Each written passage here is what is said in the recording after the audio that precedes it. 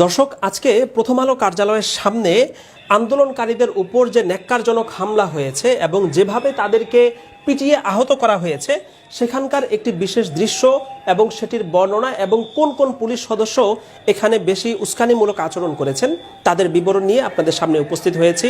আমি শাহ মোহাম্মদ খালিদ, আপনারা দেখছেন এমবিএ টাইমস। আমরা ঘটনার একটু বিবরণে যেতে চাই। যখন সন্ধ্যা ৭টা বাজতে চলেছে, অর্থাৎ সারা দিন আন্দোলন হওয়ার পর, শান্তিপূর্ণভাবে আন্দোলন কার্যক্রম পরিচালিত হওয়ার পর সন্ধ্যা ৭টার দিকে আসলে হঠাৎ করেই পুলিশ সদস্যরা আন্দোলনকারীদের উপর চড়াও হয়েছেন এবং ঘটনার এক পর্যায়ে আন্দোলনকারীদের মধ্য থেকে বিশেষ কয়েকজনকে টার্গেট করে যেভাবে লাঠিপেটা করা হয়েছে সেটি আসলে অত্যন্ত দুঃখজনক। আমরা দৃশ্যটি যদি এখান থেকে একটু দেখি, এখানে রাস্তায় ফেলে পেটানোর চেষ্টা করা হচ্ছে এবং এক্ষেত্রে কালো টি শার্ট পরিহিত একজন ব্যক্তি আমরা এখানে দেখতে পাচ্ছি। এই পুলিশ সদস্য আগ্রাসীভাবে এই ব্যক্তি দাঁড়িয়েছিলেন এবং আগ্রাসী হয়ে তার উপর তিনি আক্রমণ করার চেষ্টা করছেন। আমরা তার চেহারাটি আরেকটু পরিষ্কারভাবে দেখার চেষ্টা করছি। দাঁড়িয়ে থাকা অবস্থায় এই লোকটিকে তিনি পেটানোর চেষ্টা করছেন। আমরা আবারও দেখতে পাচ্ছি দাঁড়িয়ে থাকা অবস্থায় ওই লোক খালি হাতে আক্রমণ প্রতিরোধ করার চেষ্টা করছে এবং এক্ষেত্রে পুলিশের আরেক সদস্যকেও আমরা এখানে বেশ আগ্রাসী ভূমিকায় দেখতে পেয়েছি। এখানে তার চেহারা স্পষ্ট দেখা যাচ্ছে। ঘটনার বাকি বর্ণনার আগে আমরা আরেকটি ছবি দেখাতে চাই।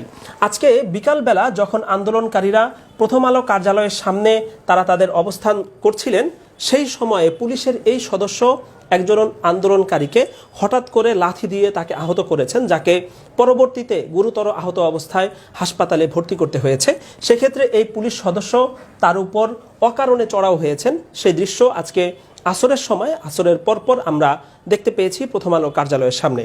এবং আমরা যদি ঘটনার বিবরণ একটু দেখি, এমবিএ টাইমসের পক্ষ থেকে আসলে পুরো ঘটনাটিরই লাইভ সম্প্রচার করা হচ্ছিল এবং আমরা যদি ঠিক এই দৃশ্যটি দেখি, আজকে প্রথম আলো কার্যালয়ের সামনে রাজধানীর কারওয়ান বাজারে যখন সন্ধ্যা ৭টা বাজতে চলেছে, সেই মুহূর্তে আসলে হঠাৎ করে আন্দোলনকারীদের উপর পুলিশ ঝাঁপিয়ে পড়ে। আমরা এখানে দেখতে পাচ্ছি এখনও তারা শান্তিপূর্ণভাবে এখানে দাঁড়িয়ে আছেন এবং এই সময়ে হঠাৎ করেই আমরা দেখতে পাচ্ছি যে হঠাৎ করে পুলিশ চড়াও হয়েছে আন্দোলনকারীদের উপর এবং তারা এখান থেকে দিক বিদিক ছুটে যাওয়ার এবং আত্মরক্ষার চেষ্টা করছেন আন্দোলনকারীরা।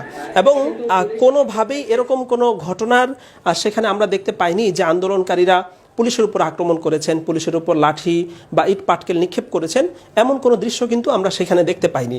কিন্তু হঠাৎ করেই আন্দোলনকারীদের উপর পুলিশ চড়াও হয়েছে, সাউন্ড গ্রেনেড, টিয়ার শেল ইত্যাদি নিক্ষেপ করা হয়েছে এবং বেশ কয়েকজন আহত হয়ে গুলিবিদ্ধ হয়ে হাসপাতালে ভর্তি হয়েছেন। সেই তথ্য এমবিএ টাইমসের স্থানীয় প্রতিনিধি আমাদেরকে জানিয়েছেন।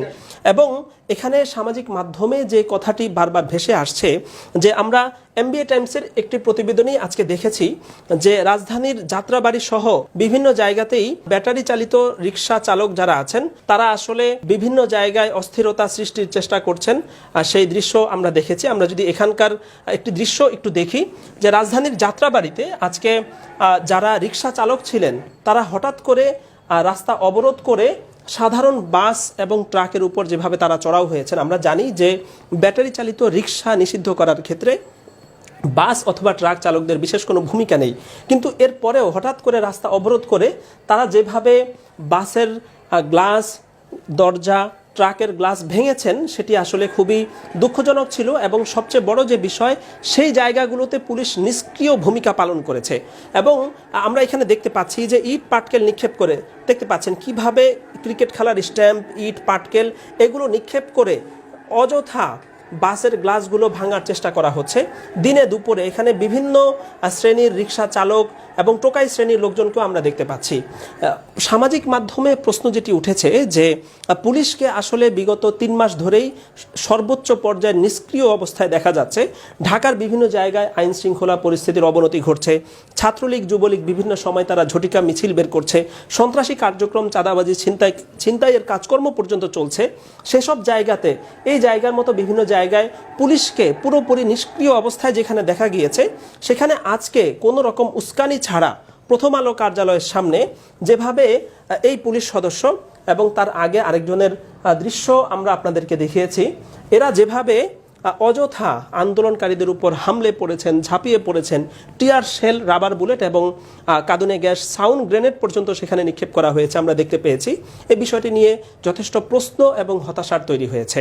পুলিশ যেখানে অন্যান্য সমস্ত ক্ষেত্রে নীরবতা অবলম্বন করছে, নিষ্ক্রিয় ভূমিকা পালন করছে, সেখানে ভারতের পক্ষপাতের জন্য অভিযুক্ত প্রথম আলো এবং ডেইলি স্টারের সামনে সাধারণ আন্দোলনকারীদের উপর পুলিশ কেন ঝাঁপিয়ে পড়ল, কাদের নির্দেশে ঝাঁপিয়ে পড়ল এবং কোন কোন পুলিশ সদস্য আজকের এই বর্বরচিত আক্রমণে আগ্রাসী ভূমিকা পালন করেছে, তাদের পরিচয় বের করে দৃষ্টান্তমূলক শাস্তি দেওয়ার দাবি উঠেছে সামাজিক মাধ্যমে।